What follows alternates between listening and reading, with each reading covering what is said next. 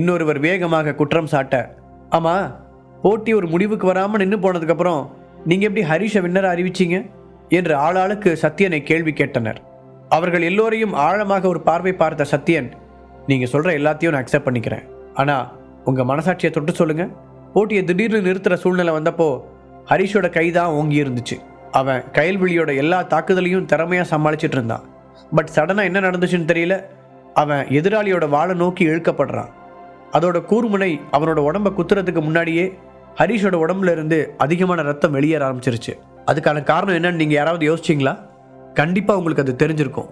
ஹரிஷோட கழுத்து பகுதியில் தேனி வடிவத்தில் இருக்கிற சின்ன சின்ன காந்த ஸ்பைக்குகள் ஒட்டிக்கிட்டு இருந்துச்சு.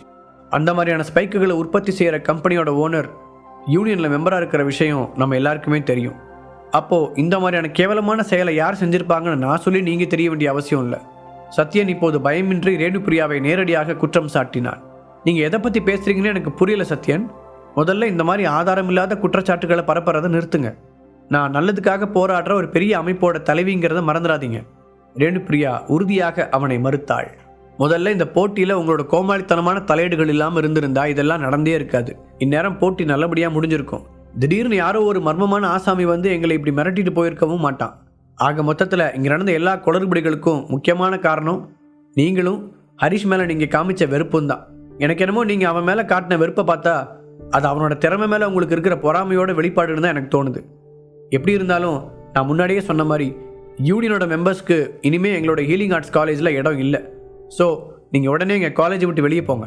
சத்யன் உத்தரவிடும் குரலில் கூற அதை கேட்ட அங்கிருந்த தலைவர்களும் முக்கியமான ப்ரொஃபஸர்களும் அப்படியே அதிர்ச்சியில் உறைந்து போனார்கள்.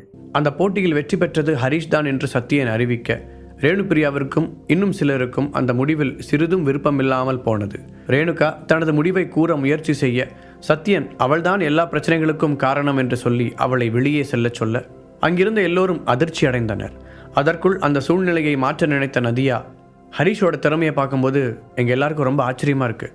இப்படிப்பட்ட ஒரு ஆள் எங்கள் சொசைட்டியில் இருக்கிறது எங்களுக்கு இன்னும் பெருமையான ஒரு விஷயம் என்று ஹரிஷை தங்களோடு சேர்த்து கொள்ளும் ஆர்வத்தை அனைவர் முன்னிலையிலும் மீண்டும் வெளிப்படுத்தினாள். அங்கிருந்த மற்ற சிலருக்கும் கூட ரேணுபிரியாவைப் போலவே ஹரிஷை வெற்றியாளனாய் அறிவித்ததில் விருப்பமில்லாமல் இருந்தது. ஆனால் நதியாவின் பேச்சை கேட்டதும் யாருமே அவர்கள் எதிர்ப்பு தெரிவிக்கவில்லை. சடனாக அவர்கள் அனைவரும் அமைதியாகிவிட்டதை கவனித்த ரேணுபிரியா, நீங்கள் எல்லாரும் என்னை ரொம்ப அவமானப்படுத்திட்டீங்க, இது எல்லாத்துக்கும் நீங்கள் பதில் சொல்லியாகணும் என்று கோபமாக சொல்லிவிட்டு அங்கிருந்து வெளியேறினாள். அவள் அங்கிருந்து சென்றதை கூட யாரும் பெரிதாய் கண்டுகொள்ளவில்லை.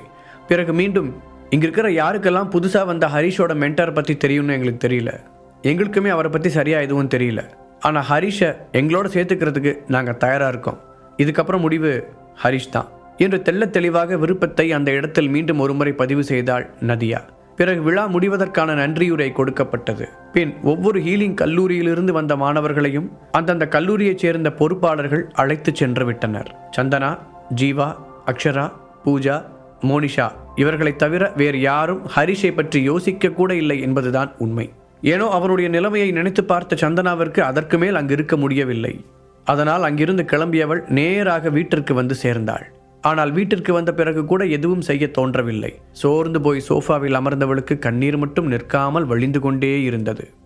என்ன ஆனாலும் ஹரிஷை அவள் பார்த்த நிலையை அவளால் கடக்கவே முடியவில்லை. கண்ணுக்குள் காட்சி அப்படியே இன்னும் நின்று கொண்டிருக்க தன்னை கட்டுப்படுத்தி கொள்ள முடியாமல் அழுது கரைந்தாள். சந்தனா வீட்டிற்கு வந்ததை அறிந்து அவளை தேடி வந்த திலகா, சந்தனா, உனக்கு என்னாச்சு, எதுக்கு இப்படி அழுதுட்டு இருக்க என்று கேட்க, நடந்ததெல்லாம் உங்களுக்கும் தெரியும் தானே, இப்போ ஹரிஷோட நிலைமை என்னன்னு எனக்கு எதுவுமே தெரியல, என்னால் எப்படி அழாமல் இருக்க முடியும் என்று கேட்க, அட இதுக்கா நீ அழுதுட்டு இருக்க என்று சாதாரணமாக கேட்ட திலகா, அவனுக்கு ஏதாவது ஆனால் சந்தோஷம்னு நினைப்பியா, அதை விட்டுட்டு இப்படி வேலை மெனக்கிட்டு அழுதுகிட்டு இருக்க, உனக்கு கொஞ்சம் கூட அறிவே இல்லையா என்று ஹரிஷ் நிலைமையை நினைத்து சிறிதும் வருத்தப்படாமல் வெகு சாதாரணமாக கூறிய அம்மாவை வேற்று கிரகவாசி போல பார்த்து வைத்தாள் சந்தனா. பிறகு, அம்மா நீங்கள் என்ன பேசிகிட்டு இருக்கீங்க, ஹரிஷ் ஒன்றும் யாரோ ஒருத்தன் கிடையாது, ஹரிஷ் என்னோட ஹஸ்பண்ட், அவனுக்கு ஏதாவது ஆனால் என்னால் அதை எப்படி தாங்கிக்க முடியும், நீங்கள் எதுக்காக இவ்வளோ மோசமாக பேசுகிறீங்க என்று கேட்க, ஆமாம், ஊர்லேயே இல்லாத புருஷன், யாருக்குமே இப்படி ஒரு புருஷன் கிடைக்கவே மாட்டான் பாரு, அவனுக்காக நீ உட்காந்து அழுதுட்டு வேற இருக்க, ஒரு வேலைக்கு லாய்க்கு இல்லாத ஒரு உருப்படாத அவனுக்காக ஒரு நிமிஷம் கண்ணீர் விடுறது கூட வேஸ்ட்டு தான், அவனுக்கு என்ன தெரியும், சாப்பிட தெரியும், தூங்க தெரியும், உன் கூட சேர்ந்து ஊர் சுத்த தெரியும், வேற எதுக்காவது அவனுக்கு துப்பு இருக்கா இல்லை ஏதாவது ஒரு விஷயத்தை ஒழுங்காக செஞ்சுருக்கானா? அப்படிப்பட்டவன் இருக்கிறது ஒன்று தான், இல்லாமல் இருக்கிறது ஒன்று தான். இன்னும் சொல்லப்போனால் அவன் இல்லாமல் இருக்கிறது ரொம்ப நல்லது. அவன் மட்டும் இல்லைன்னா உனக்கு ஏற்ற மாதிரி ஒரு பையனை பார்த்து நான் கல்யாணம் பண்ணி வைப்பேன் என்று சொல்ல அம்மாவை அதிர்ச்சியாக பார்த்தாள் சந்தனா. அவளது அதிர்ச்சி கலந்த முகத்தை பார்த்த திலகா, இப்போதுக்கு நீ ஷாக் ஆகிற? நான் எல்லாத்தையும் யோசிச்சு தான் சொல்கிறேன். உன் அழகுக்கும் திறமைக்கும் நீ எப்படி வாழ வேண்டிய பொண்ணு தெரியுமா? போய் அவனை கல்யாணம் பண்ணி உன் வாழ்க்கையே வீணாக போச்சு. அவனுக்கு மட்டும் ஏதாவது ஆச்சுன்னா அதோட தலை முழுகிட்டு உனக்கு நல்ல பெரிய இடத்து மாப்பிள்ளையாக பார்த்து கல்யாணம் பண்ணி வைக்க வேண்டியது என்னோட பொறுப்பு. அதை பற்றிலாம் நீ கவலையே படாத, தைரியமாக இரு என்று பேசிக்கொண்டே போக தன் அம்மாவின் உண்மை முகத்தை அறிந்த சந்தனா அதிர்ச்சி அடைந்தாள். யாரிடமாவது தன் மனவேதனைகளை பகிர்ந்து கொண்டாக வேண்டும் என்று நினைத்தவளுக்கு முதலில் ஞாபகம் வந்தது திலகாவின் முகம்தான். அதனால் திலகாவை அழைத்தவள் நடந்த அனைத்தையும் கூறினாள். தன் அம்மா தனக்கு ஆறுதல் கூறுவார் என்ற எண்ணத்தில் அவள் இருந்திருக்க ஹரிஷின் நிலைமையை பற்றி அறிந்தவுடன் துள்ளி குதிக்காததுதான் குறை. திலகா அந்த அளவிற்கு மகிழ்ச்சி அடைந்திருந்தாள். அதிலும் அவனுக்கு ஏதாவது ஆகிவிட வேண்டும் என்று அவசரமாக வேண்டுதல் கூட வைத்திருந்தார் அவர். இன்று மட்டுமல்ல, ஹரிஷ் மற்றும் சந்தனா இருவரும் திருமணம் செய்து கொண்ட நாளிலிருந்து அவர் இப்படித்தான். அவருக்கு ஹரிஷை பிடிக்காது என்பது அனைவரும் அறிந்த விஷயம். ஆனால் இந்த அளவிற்கு அவன் மீது வெறுப்பை வைத்திருப்பார் என்பது சந்தனாவிற்கே தெரியாத ஒன்று. எப்படியாவது ஹரிஷையும் அவளையும் பிரித்து அவளுக்கு வேறு திருமணம் செய்து வைக்க வேண்டும் என்று பல முறை திலகா முயற்சி செய்து விட்டார். ஆனால் என்ன ஆனாலும், உலகமே தலைகளாய் மாறினாலும் ஹரிஷை விட்டு வரமாட்டேன் என்று சந்தனா பிடிவாதமாய் இருக்கும் காரணத்தினால்தான் இதுவரை அவரால் தான் போட்ட எந்த திட்டத்தையும் நிறைவேற்ற முடியவில்லை.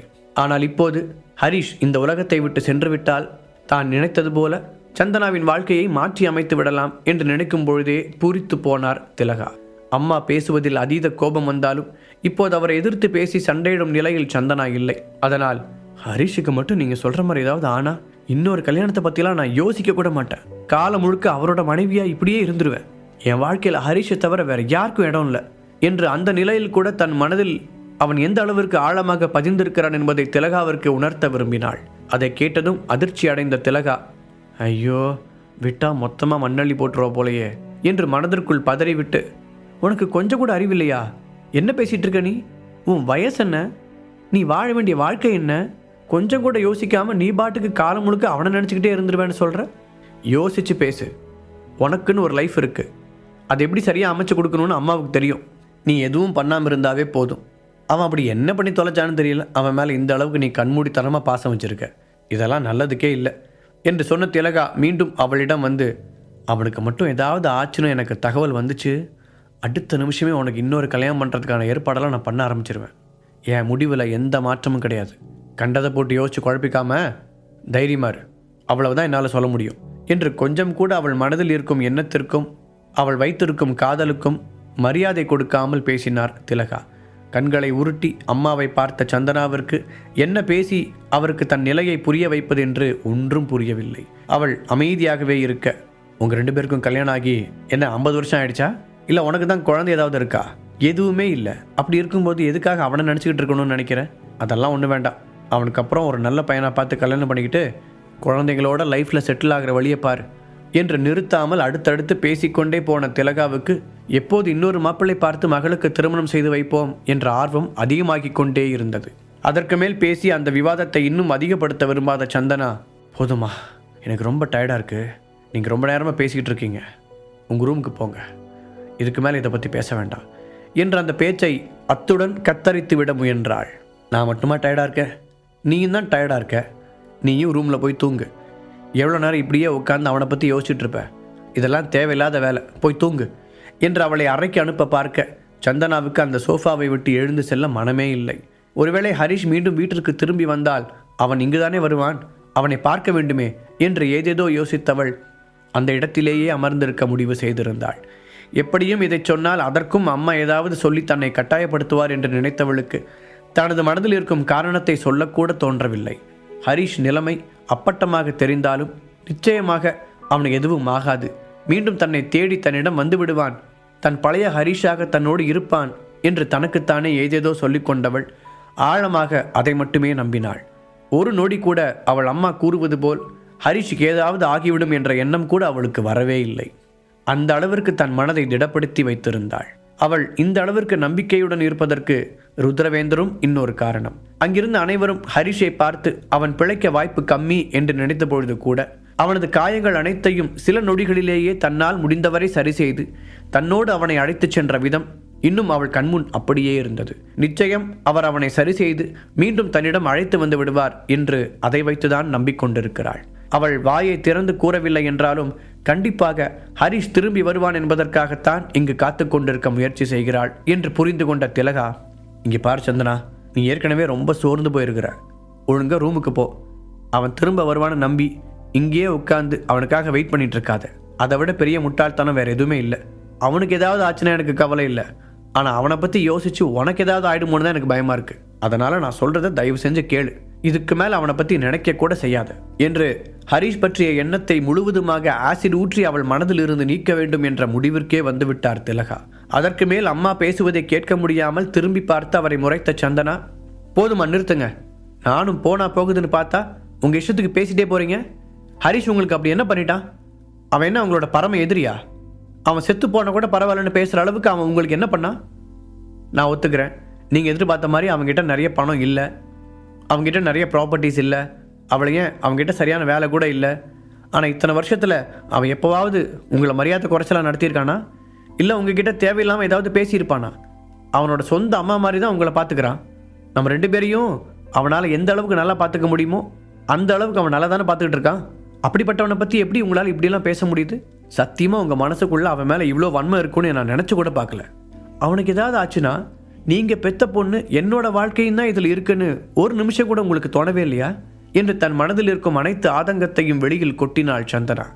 நீ என்னதான் மூச்சு விடாமல் பேசினாலும் அதை நான் கண்டுக்கவே போகிறதில்ல என்பது போல அவளை வெகு சாதாரணமாய் பார்த்து வைத்த திலகா, அவனை பற்றி ஏதாவது சொல்லிட்டா போதுமே, பக்கம் பக்கமாக பேசுறதுக்கு ரெடியாகி வந்துடுவேன். என்னமோ என்ன பண்ணான்னு கேட்குற. அவனால் நான் எத்தனை பேர் முன்னாடி எத்தனை முறை அவமானப்பட்டிருக்கேன்னு தெரியுமா? மாப்பிள்ளைன்னு பேருக்கு சொன்னால் பத்தாது, இந்த குடும்பத்தை மற்றவங்க முன்னாடி தலை நிமிர்ந்து வாழ வைக்கணும். அவன் தலை நிமிர வச்சதை விட தலை குனிய வச்சதான் அதிகம். அப்படிப்பட்டவனை இவ்வளோ நாளாக நான் வீட்டில் வச்சுருந்ததே பெரிய விஷயம். இதை நம்ம பெரிய தப்பு மாதிரி என்கிட்ட அவனுக்காக நீ சண்டைக்கு வர என்று அவள் பேசியதற்கு பதிலுக்கு பதில் பேசிய திலகா, இப்போ இதை பற்றியெல்லாம் பேசுறது கூட தேவையில்லாத வேலை தான் என்னை பொறுத்த வரைக்கும். நீ என்ன சொன்னாலும் சரி, ஒருவேளை அவன் மறுபடியும் சரியாக திரும்பி வந்தா கூட அவனை நான் இந்த வீட்டுக்குள்ள விட மாட்டேன். முழு கதையையும் கேட்டு மகிழ பாக்கெட் FM ஆப்பை டவுன்லோட் செய்யுங்கள். லிங்க் டிஸ்கிரிப்ஷனில் கொடுக்கப்பட்டுள்ளது.